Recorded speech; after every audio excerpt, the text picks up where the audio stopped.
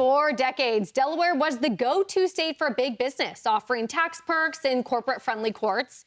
But now companies are fleeing. Billionaire investor Bill Ackman says he's moving his firm out. Tesla, SpaceX, Dropbox, all exiting or eyeing an exit in Meta's case.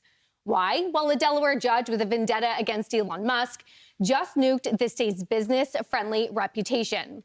Remember last year, the state's Chancery Court deemed Tesla CEO Elon Musk's $56 billion compensation as, quote, excessive, even though, yes, everyone agreed to it.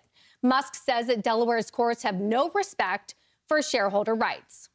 Now, even Delaware's Democrat governor is scrambling, vowing to change and stop the exodus. But is it too late? Texas, Florida, even Nevada are waiting, and they are waiting with open arms. And Jackie, you're sort of my lawyer kindred spirit. I come to you first on this. So it's amazing to me, pandemic, post-pandemic, we saw so many businesses flee to these more business-friendly states, not just because of business incentives, but also just policy issues that they were dealing with in blue states where they were domiciled. But what we're seeing here particularly, and I think American people and corporations, all they're looking for, Taylor, is equity. They just want to know that they're not in a state where they're going to be bashed unfairly. They just want to be heard out if there is a case. But in this Elon Musk specific situation with his pay package, it was like there was a vendetta, from this judge onto Elon Musk, and he went after him. So it's not a surprise to me that other CEOs are saying, I don't want my case to be heard here either. And there are places I can go that will treat me better. I will just do business there. And I think there's an environment right now under President Trump where things that you couldn't talk about before, you didn't necessarily want to admit were happening,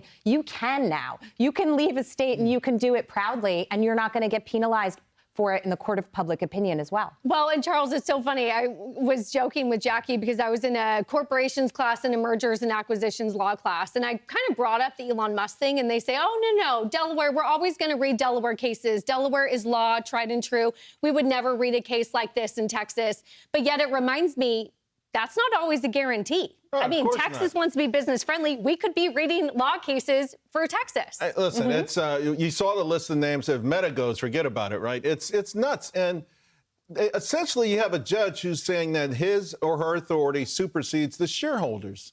And this gets back to what the bigger movement that's been over the last 10 years is to change what corporations are. Remember, for a long time, corporations, their main job was to return profits to shareholders.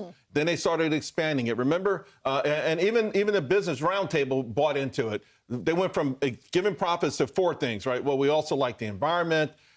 Everyone was a stakeholder. No, that's not how it works. And if the shareholders Musk had benchmarks. He had benchmarks. By the way, when he had these benchmarks, no one thought he could reach them. That's why the reward was so amazing. They said, oh, you know what? You'll never be able to jump over the Empire State Building. He did it. You got to pay the man. And then all of a sudden, one judge says it's excessive.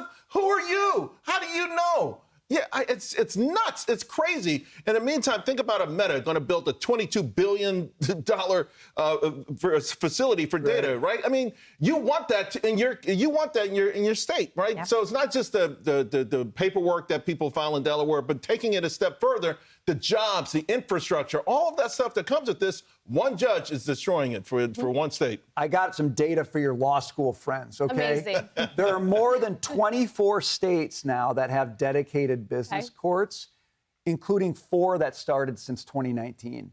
So there are states out there like Texas and Nevada who are saying, you're going to be reading case studies from us. Why?